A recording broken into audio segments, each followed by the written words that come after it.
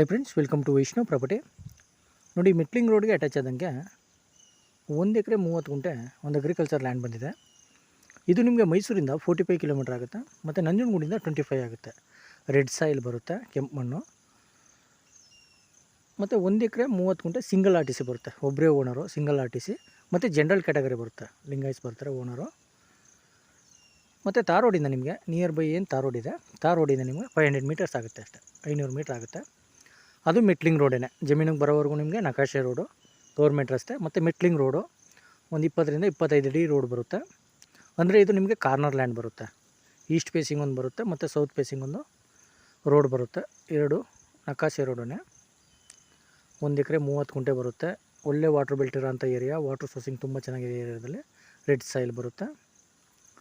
ನೋಡಿ, ಇವರು per acre ಬಂದು 20 ಲಕ್ಷ ಹೇಳ್ತಾಯಿದ್ದಾರೆ. 20 ಲಕ್ಷ ಹೇಳ್ತಾಯಿದ್ದಾರೆ ಪರ್ ಎಕರು. ನೆಗೋಷಿಯಬಲ್ ಆಗುತ್ತೆ.